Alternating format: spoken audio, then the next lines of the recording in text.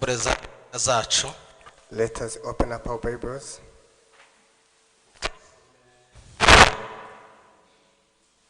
Zaburi ya 11 And read 11th Psalm, murongo wa 3 wonyine.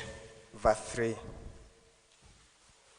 Tebi na I have another version. I will request the one who has the version of the other version to read as well. Cyongereza. Haravuga ngo none se igihe ibintu byadogereye intungane yakora iki?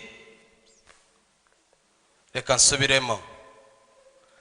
None se igihe ibintu byadogereye intungane yakora iki? Yes, the Bible says the foundations of the law and the order has collapsed. What can the righteous do?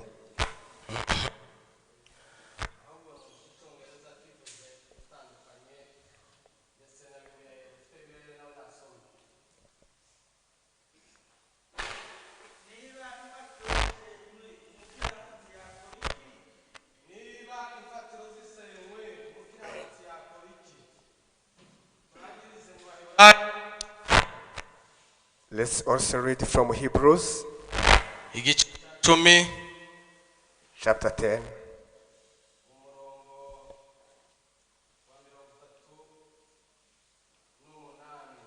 Verse 38, 39. Umuntu w'intungane azabeshwaho no kunyizera, ariko nasubira inyuma sinzamwishimira. Twebwe rero ntituri mu basubira inyuma bakajya kurimbuka, ahubwo turi mu bizeye Imana bakazaguhoraho. Amen. Amen. Let's read. And my righteous ones will live by faith, but I will take no pleasure in anyone who turns away. But we are not like those who turn away from God to their own destruction. We are the faithful ones whose souls will be saved. Turashimira Imana muri iki gitondo. We thank God for this morning, Yatwemereye kongera kubona tuza mu materaniro. who has allowed us to be here once again. Uriya mushitsi yabivuze twari dukumbuye kuza mu materaniro. So our visitors has mentioned it well that we have missed gathering today. Rero mwe mwabashije kubona ayo mahirwe yo kuza mu materaniro. So all of you have been able to be here. Mwumve ko ari ibintu by'agaciro kanini, Consider it as their precious things, kandi tubashe kubibyaza umusaruro. and let us value it. Hallelujah. Hallelujah. Twongeye gushimira Imana We thank God again kubwo kubona uyu mwanya kugira ngo tuganire ijambo ry'Imana. for this time of sharing His word. Ijambo turi buganire uyu So the word of God I'm going to share with you, no kwibaza ngo ese iyi mfatiro zisenywe it's like if the foundations have been destroyed, si yakora iki? what the righteous can do.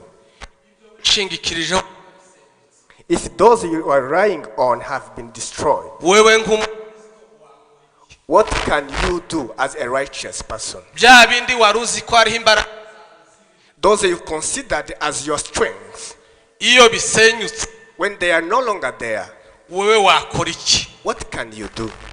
Ndashimira kuvuga I thank God for the key word that Pastor has mentioned. ohera kuri iryo uriya mudamu yari yahuye n'ikintu gikomeye. So we can just start from the word or the story of the woman. Urufatiro rwe rwari rwasenyutse, Her foundation has been destroyed. hanyuma amenya icyo gukora. Then she knew what to do. Nawe urufatiro rusenyutse, If your foundation is destroyed, nk'umukristo wakora iki? as a Christian person, what can you do? Twasomye ijambo ry'Imana niko ryabivuza ryabajije. So we read the word of God is what he asked. Iriya ni zaburi ya Dawudi. That is Davidic psalm. Yaribajije aribaza ngo ese imfatiro zisenyutse. He wondered if the foundation Ibyo is destroyed.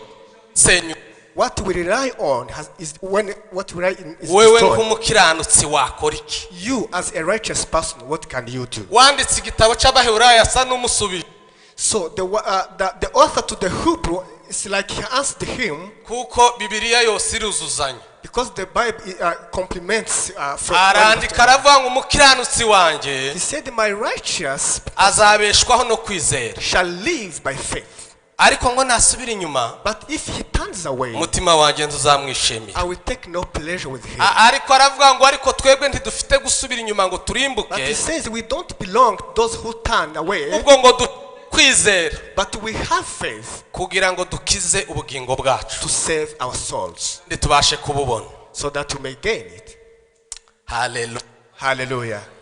uyu munsi nishimye, I'm very happy today. ndaza kugerageza kumanaginga iminota I will try to manage my time kubera ko iri jambo ryari ringizemo iminsi. because I've been meditating this word a long time. hari umunsi nabwiye bene atadukunze twagiraga igitaramo hano cyo kuwa gatatu.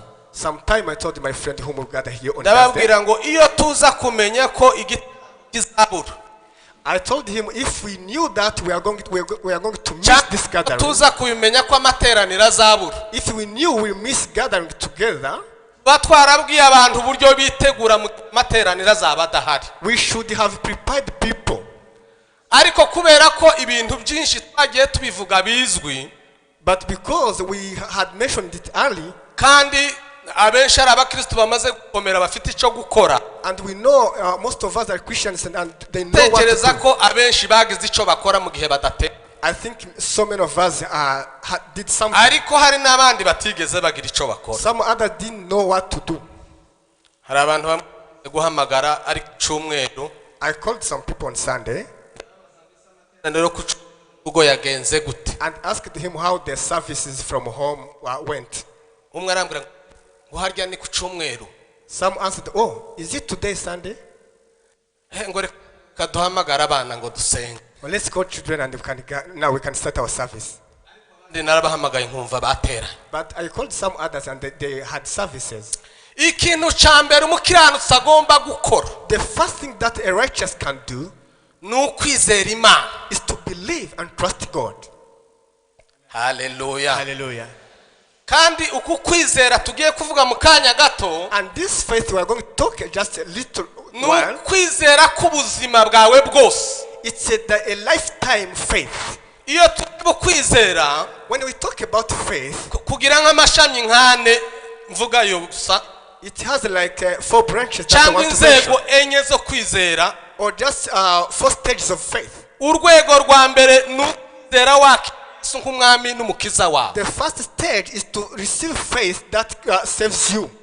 urwo rwego iyo umaze kuruhabwa, When you have received Jesus, uba now when you have that faith, you have received Jesus. nyuma Yesu Now Jesus, akakuzuzamo imbaraga z'umwuka wera, he fills you with the power of the Holy Spirit zikabya kwizera nk'ipano iri muri wewe, that generates the other faith ushobora gukoresha that you can use mu buryo bwo gukora ibitangaza. to perform miracles. mu mpano murabizi 9 ziri hariya mu Bakorinto, As you know, among the 9 iyo gifts of the kwizera Spirit, irimo. we can find the gift of faith. hakaba no kwizera umuntu atwara nk'intwara. We have another faith that we carry as a weapon. dusanga mu Baefesi igice cya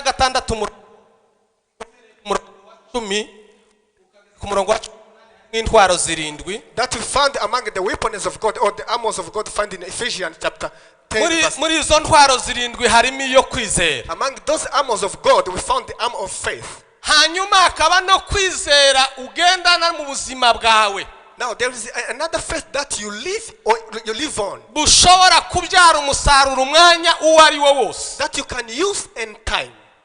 muvuge ngo amen. Amen. abari hano ku cyumweru pasiteri yatwigishije hejuru ya Aburahamu n'uburyo yizeye. Those who were here last Sunday, Pastor taught us about the faith of Abraham. uko niko kwizera Aburahamu yari afite. So that That was the kind of faith that Abraham iyo was. usomye mu baheburayo haravuga ngo Abrahamu ngo ntiyigeze acogora kubwo kwizera When you read from Hebrews, the Bible says ngo Abraham nubwo did not yari waver ameze from his faith. nk'uwapfuye Even if he was like dead, nubwo umubiri we wari usa n'utagikomeye even if his body was like the dead ariko body, ngo yizera ibintu bibiri bikomeye but he believed in two things. yizera icyo Imana yavuze ko izagisohoza He believed in the promise of God, n'igihe imaze kugisohoza even when he has fulfilled. yizera ko namara gutwika Isaka He believed after burning Isaac, Isaka azazuka mu ivu rye Isaac shall be brought back to life. kandi from Abrahamu yari death. atarabona umuntu uzuka And Abraham had never seen anyone ariko raised, kubwo kwizera but by faith. duhe Imana icyubahiro Hallelujah. haleluya Hallelujah. yizera ko namara kumutwika He believed that after nta sacrificing nubwo ari Isaac, ukumwica gusa ngo byenda arazuka not just killing him, byenda aba ahantu ahwere gusa hanyuma aze kuzuka like just being starved, then he got raised Imana again. mubwiye ngo umwice mutwike No, God had told him to kill him and burn him. numva impumuro iva ku gicaniro ca Isaka aho wamutwikiye nishimye I want to smell the smell of Isaac. ariko Imana izigerageza yemewe That was a great test. umva kosi gusa I just, do you just want to hear, to smell? Hallelujah. Abrahamu nawe ngo arizera Abraham believed aravuga ngo kubera ko nzi ko Imana itajibesha believed that because I know ibyo God yavuze cannot lie, ibisohotse whatever he said, nimara kumutwika after I have burnt him akosi kakazamuka imbere y'Imana and the fragrance has gone to God, iranezerwa imuzuri so that fragrance will bring Isaac back to life. umukiranutsi rero y'urufatiro rumwe rwasenyutse So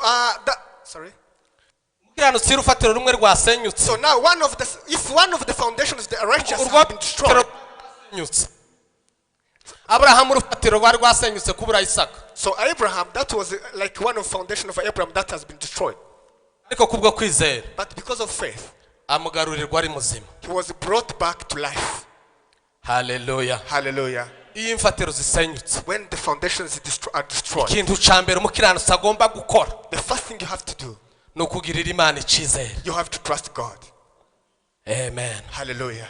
cya kabiri Second thing, ni ukwizera ijambo you have to believe the word of God.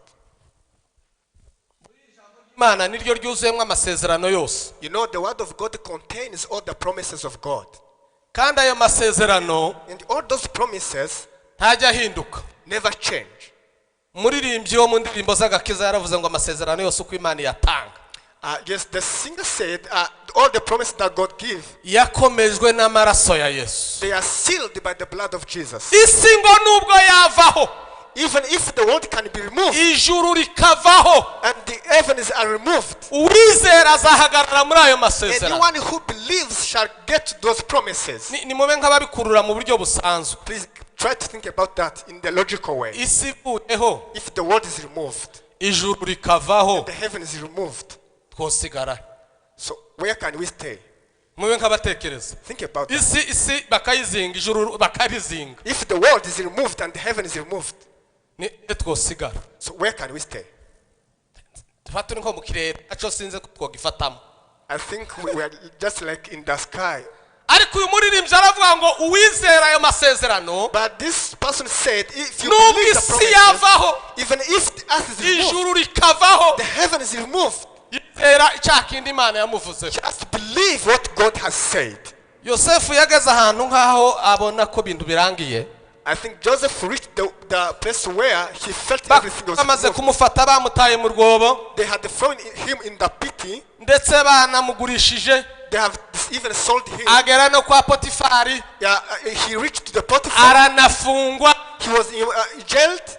aza gutekereza ati ubwo ndotoreye umuntu inzozi reka mubwire azanyibuke nagera ibwa Sometimes he thought, because he has translated the dream to someone, he shall remember him when he got back to the king. amara imyaka 2 muri gereza So God kept quiet. He spent 2 years in jail. ariko kubera ko yari yizeye icyo Imana yamuvuze But because he believed in what God had kandi spoken usarire upon him, cyaciye mu nzozi so buri inzozi ziba zivanzemo ibintu byinshi. You know, the dreams are sometimes mixed. Ariko ico yizeye cyari cyanyuze mu nzozi. But what he believed had passed through dream. Nta n'ahandi Bibiri twereka ko yigeze avugana n'Imana muri ico gihe cyose cy'urwo rugendo. Even